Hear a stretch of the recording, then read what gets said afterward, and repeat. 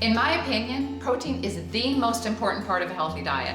Proteins are made up of chemical building blocks called amino acids, and your body uses amino acids to build and repair your muscles and your bones.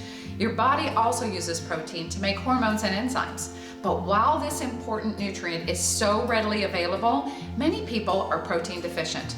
We'll discuss how much protein you should be getting, the best sources to get it, and some warning signs in case you're protein deficient. Stay tuned.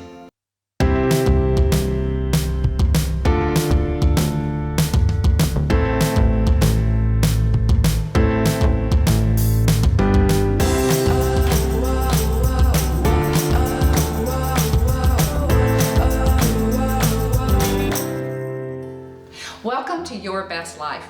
I'm your host and healthy living correspondent, Beth Schomp. If you're an athlete, more than likely you understand the importance of getting enough protein in your daily diet. But too often, Americans are eating junk food and skipping meals or opting for just a salad instead of a well-balanced diet, and that can lead to a deficiency in your protein. Recent studies indicate that a large percentage of people over 50 aren't getting enough protein in their daily diet. And that's not only unnecessary, it can be dangerous. First, let's review the 5 benefits that protein represents. Number 1, protein builds. Protein is an important building block of bones, muscles, cartilage, and skin. In fact, your hair and nails are comprised mostly of protein. It also helps your body to burn fat. Number 2, protein repairs. Your body uses it to build and repair tissue. Number 3, protein oxygenates. Red blood cells contain a protein compound that carries oxygen throughout your body. This helps supply your entire body with the nutrients it needs. It acts like a messenger. Number 4, protein digest. About half the dietary protein that you consume every day goes into making enzymes, which help in digesting food and making new cells. And number 5, protein regulates. Protein plays an important role in hormone regulation, especially during the transformation and development of cells during puberty. I used to agree with the recommended daily allowances of 45 grams of protein for women and 56 grams for men, but I've changed my mind. First of all, those guidelines, well, they're dated. They come from the Department of Agriculture, and nothing against that, but there are other resources that I trust when it comes to my health, my nutrition, and my wellness.